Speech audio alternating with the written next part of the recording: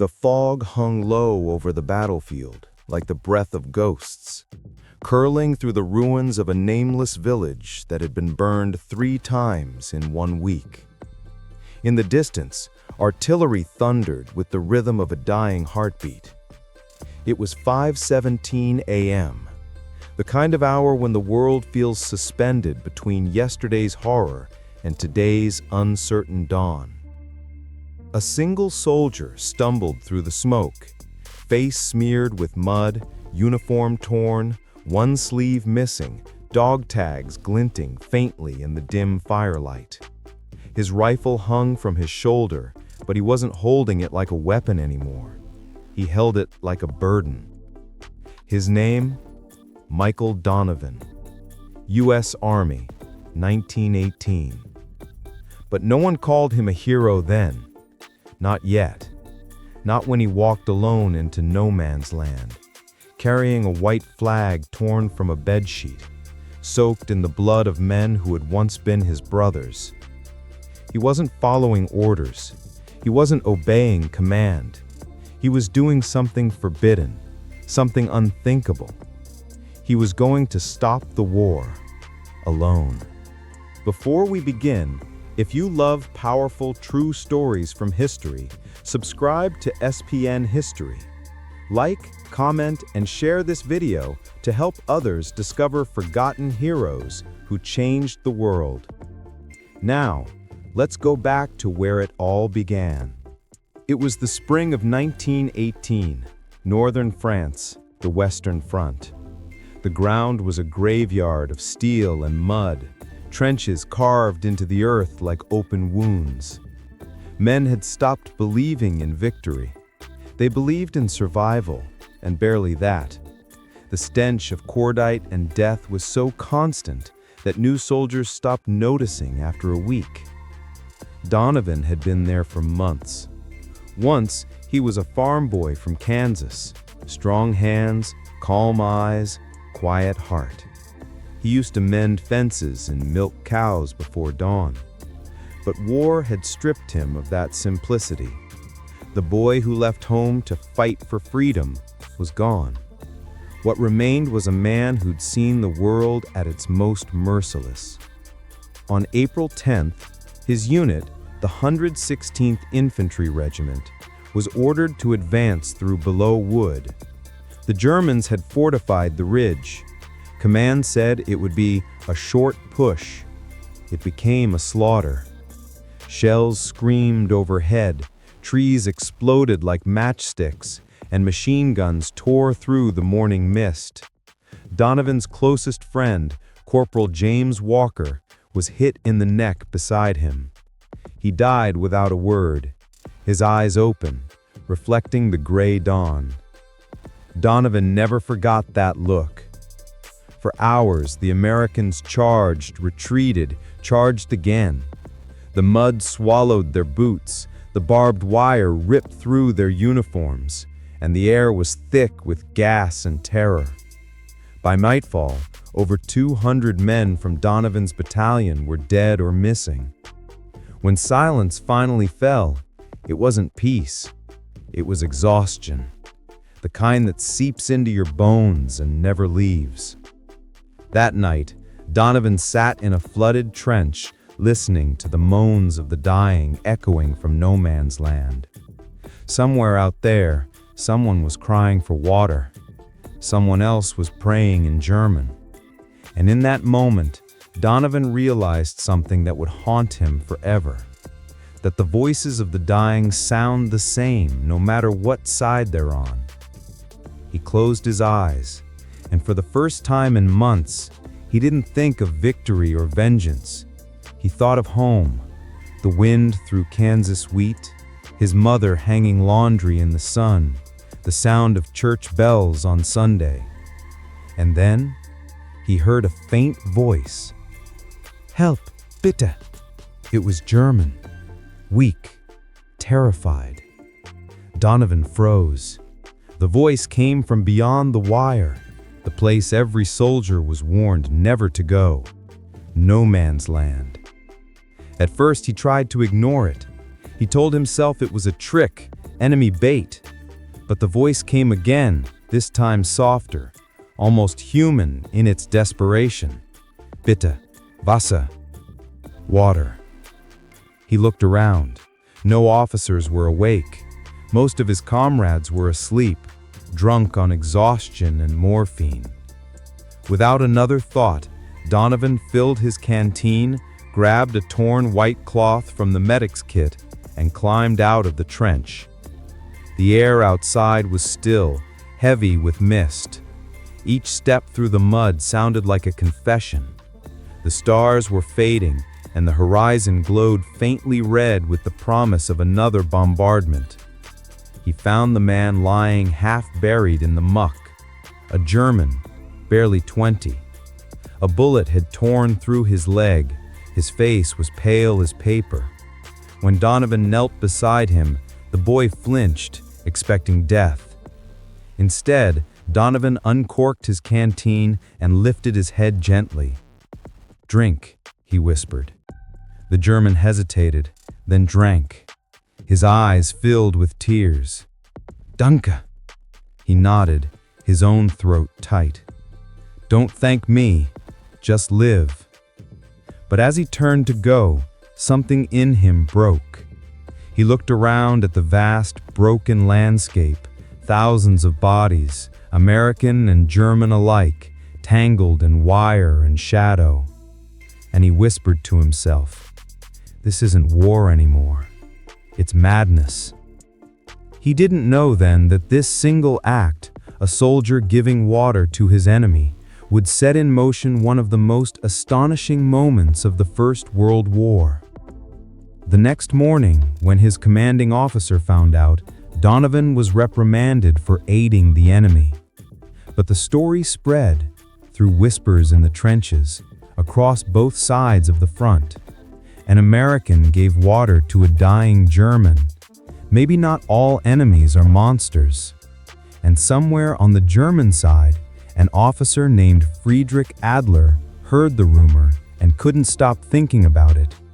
Because 2 nights later, when the shelling resumed and both sides prepared for yet another suicidal assault, Adler did something equally unthinkable. He sent a single white lantern into the air, a sign of truce. The Americans froze. So did Donovan. The German trenches, for the first time in months, went silent. And then, in the dawn light, a figure emerged from the other side, walking slowly, hands raised. It was Adler. He called out in broken English, "Enough! No more killing! We can bury the dead first." For a long moment, no one moved. Then, against all orders, Donovan climbed out again, unarmed, waving his same torn white cloth. 2 men from opposite sides of hell met in the middle. And that morning, for 6 hours, the guns of Below Wood went silent. No one knew who gave the final order. Maybe no one did, but soldiers from both armies began to crawl out, carrying stretchers, digging graves, and sharing cigarettes. They buried friends and foes side by side. They even traded photographs of their families. It wasn't peace. It wasn't surrender. It was humanity, raw and fragile, shining through the cracks of war. When night fell, the shooting resumed. Orders were orders, but something had changed. Donovan and Adler had looked into each other's eyes and seen the same truth, that courage isn't just about killing. Sometimes it's about refusing to. Months later, Donovan would be wounded in another battle. He'd never tell his story, never seek glory. The war ended soon after, and the newspapers never mentioned the truce of Belleau Wood. But in one forgotten diary, found decades later in a farmhouse attic, a German officer had written 6 words that survived the ruins of time. An American gave water. War stopped. And that, perhaps, was how one soldier stopped a war. Alone. When the guns roared again, it was as if the earth itself screamed in protest. The truce had lasted less than half a day, but to those who lived it, it felt like a lifetime. The sound of shovels, the whisper of prayers, and the faint laughter between enemies had been a glimpse into another world, a world that might have been if men were wiser. But generals didn't care about glimpses. They cared about orders. When Donovan returned to his line that evening, mud up to his knees, he found his commanding officer waiting, Captain Harris, a man carved from regulations and whiskey. The look in Harris's eyes wasn't admiration, it was fury. You broke formation. You approached the enemy without command authorization. You jeopardized the mission and the security of this unit. Donovan didn't argue. He just stood there, exhausted, his eyes hollow. "I buried our dead, sir. That's all." Harris stepped closer. "You buried traitors. You spoke with the enemy." "Then court-martial me," Donovan said quietly, "but I won't apologize for being human." He was placed under guard that night. Word spread through the camp faster than gunfire. Some soldiers whispered his name with respect. Others called him a fool. The chaplain called him the only sane man in hell. But higher command didn't see sanity. They saw insubordination. 2 days later, Donovan was taken to the rear for questioning by the U.S. Army Intelligence Corps. The officer assigned to his case was Major Thomas Radcliffe, a sharp-eyed bureaucrat who believed mercy was weakness. Radcliffe studied Donovan across the table, a single candle flickering between them. "You do realize, Private, that your action could have compromised an entire flank of operations." Donovan stared back, unmoving. "Sir, if burying the dead threatens your war, maybe the problem isn't me." Radcliffe's expression never changed. "The problem, soldier, is that men like you inspire hesitation, and hesitation kills." Donovan didn't answer. The silence stretched. Outside, rain hammered the tin roof like distant machine guns. In the end, they didn't court-martial him. They couldn't. Too many witnesses had seen the truce. Punishing him openly might raise questions command didn't want asked. Instead, they transferred him, quietly, to a logistics unit 20 miles from the front. No rifle, no glory, no mention in the record. But Donovan didn't mind. He had seen enough of glory. For the rest of the war, he worked in supply lines, hauling ammunition and food across cratered roads. He saw the war wind down not with triumph, but with fatigue. When the armistice was signed on November 11, 1918, he was repairing a broken truck axle in the rain. He didn't cheer. He just looked up at the gray sky and whispered, "Finally." The guns went silent, but silence wasn't peace. When Donovan returned to Kansas in 1919, he found his farm half dead and his father gone. His mother barely recognized him. He looked older than his years, skin weathered, eyes haunted. The town greeted him as the hero who fought the Huns, but he never corrected them. He didn't talk about the truce. He didn't talk about Adler. He just worked, quietly, endlessly, trying to rebuild what war had broken. But the memories didn't fade. Every night he saw faces, German, American, young, terrified. He woke sweating, heart pounding, his hands shaking as if he were still in the trenches. The doctors called it shell shock. He called it guilt.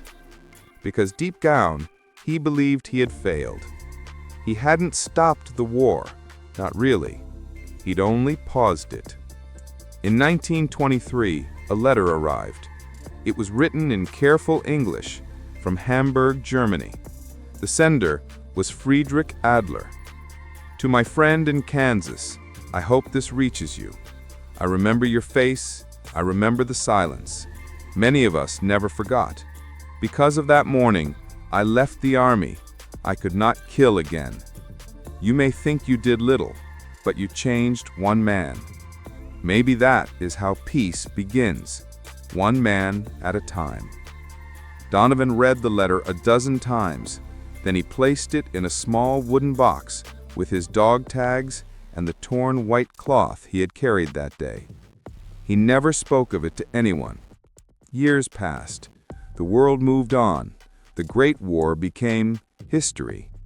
The newspapers called it the war to end all wars, until another one began. In 1941, when America entered World War II, Donovan was 50 years old, too old to fight, too broken to farm. But when the young men left for Europe, he stood by the station in his faded uniform and saluted every one of them. He didn't tell them what war really looked like. He just said, "Come back alive." In 1943, a telegram arrived from Germany, intercepted and translated by Allied intelligence. It was addressed to Michael Donovan, Kansas, USA. It never reached him. The sender's name was Adler. The message was simple. They did not listen. God help us all. Adler died that winter in Hamburg during an air raid. Donovan lived until 1954. He never married, never had children. In his final years, he worked as a mechanic, quiet and kind. People remembered him as the man who always helped others, who never raised his voice, who sometimes stared at nothing for minutes at a time. When he died, the box beside his bed contained three things: a rusted dog tag, a faded letter in German, and a white piece of cloth. No one understood their meaning. The box was stored with his personal effects in a small Kansas museum dedicated to local veterans. For decades, it gathered dust. Then, in 1998, a history student named Rachel Carter from the University of Virginia visited the museum while researching for her thesis on wartime truces. She found the box by accident. When she opened it, she froze. The letter, written in Old German, spoke of the American soldier who stopped the war for a morning. It was signed by F. Adler, Lieutenant Imperial German Army. Rachel thought it was fiction until she began digging through archives in France and Germany. What she found shocked her. In the war diaries of the 116th Regiment, one entry, unsigned, written in pencil, read, April 12, 1918. No enemy fire for 6 hours. Both sides burying dead.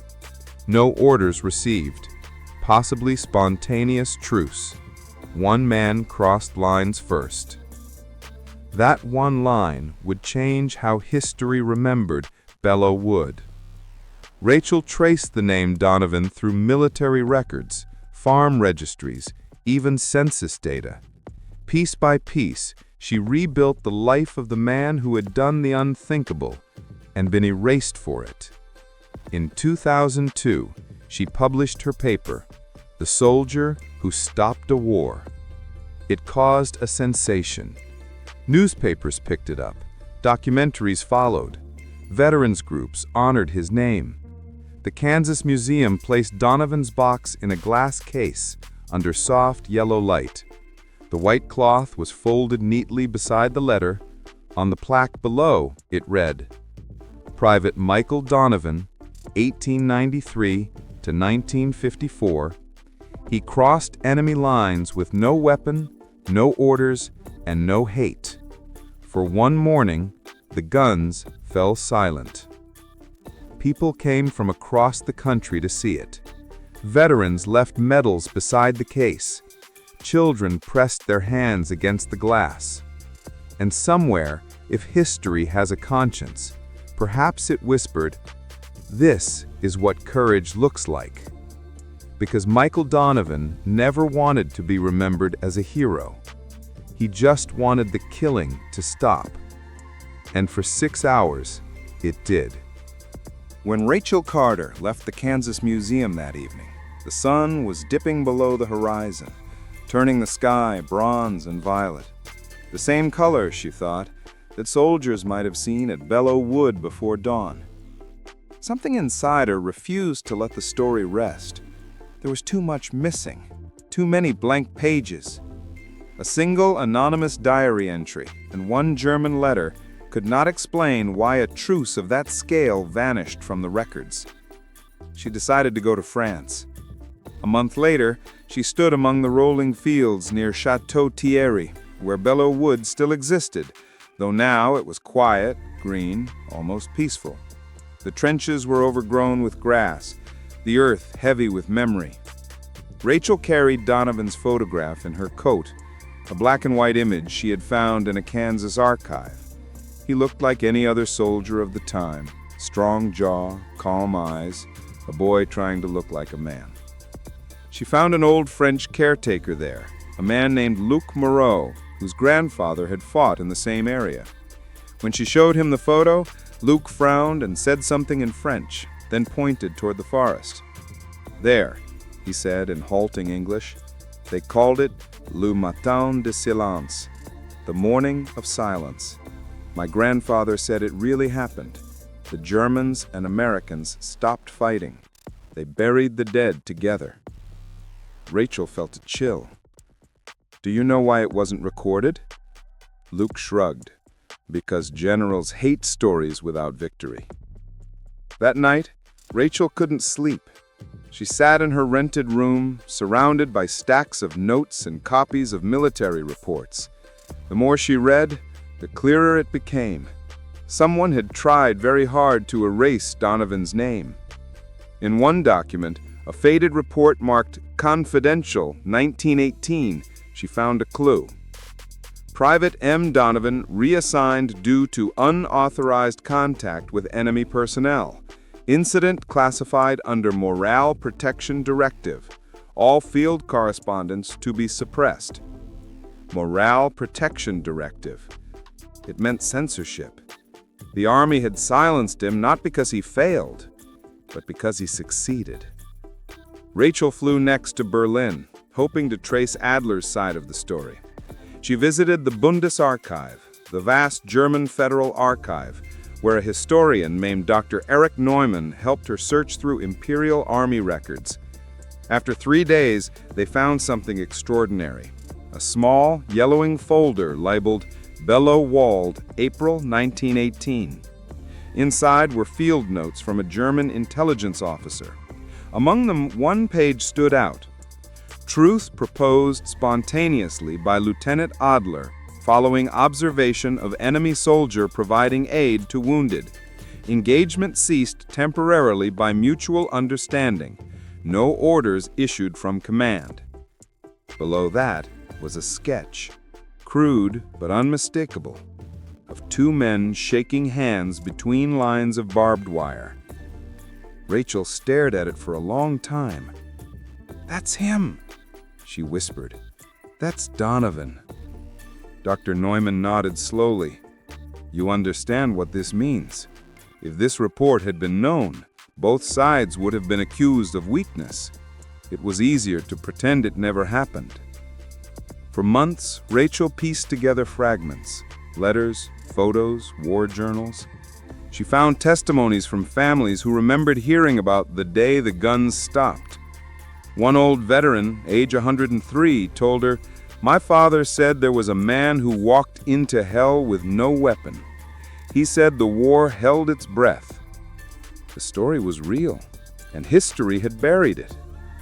Rachel decided to make it right. She returned to the U.S. and began writing her book, The Soldier Who Stopped a War. But before publishing, she received an anonymous email. No name, no address, only a scanned image of a declassified U.S. War Department memo from 1921. The memo read, "Incident of spontaneous ceasefire near Belleau Wood to be officially omitted from historical summaries. Recognition of individual participation is to be avoided to maintain narrative cohesion of Allied victory." Maintain narrative cohesion. In other words, control the story. Rachel felt anger, but also awe. Donovan hadn't just risked his life to save a few men. He had risked the story of victory itself. And in doing so, he threatened a machinery of war that thrives on enemies, not empathy. When her book was published in 2004, it sparked a storm. Some called it revisionist history. Others called it redemption. CNN interviewed her live, asking, "Do you really believe one man could stop a war?" She smiled faintly. He didn't stop it forever, but for 6 hours he made the world remember what peace feels like. That's enough. The U.S. Congress later issued a posthumous recognition for Private Michael Donovan. Not a medal, he wouldn't have wanted that, but a proclamation honoring extraordinary humanitarian courage in the face of war. Germany responded with equal grace. The descendants of Friedrich Adler attended the ceremony, standing beside American veterans as a lone bugler played taps. When the sound faded, Rachel placed Donovan's white cloth, now framed behind glass, on a small granite memorial under the inscription, "For one morning, the world was human." The crowd stood silent. No applause, no speeches, just silence. And in that silence, the story felt complete. But the world kept rediscovering him. A few years later, a film director from Los Angeles adapted Rachel's book into a documentary. It aired on PBS, then Netflix. Millions watched it. Veterans wrote letters saying they cried. Teachers showed it to students to remind them that heroism isn't always about fighting. Sometimes it's about refusing to. In 2020, a new generation found Donovan again through social media, through history videos like creators like SPN History, who told his story in cinematic detail. People shared his name, his courage, his quiet rebellion against hate. Because the truth is timeless. Michael Donovan never fired the shot that ended the war. He simply refused to keep pulling the trigger. And in that act of defiance, he reminded the world of something we keep forgetting, that peace isn't found in treaties or borders, but in moments when one person chooses compassion over orders. Now, more than a century later, his legacy lives, not in statues or medals, but in stories, in hearts, in every act of mercy that defies violence. Somewhere in the fields of Belleau Wood, if you stand still at dawn, you can still hear the wind move through the grass, soft, steady, and almost human. It sounds, some say, like breathing, like the world exhaling after holding its breath for too long, like a soldier whispering one last time, "No more killing."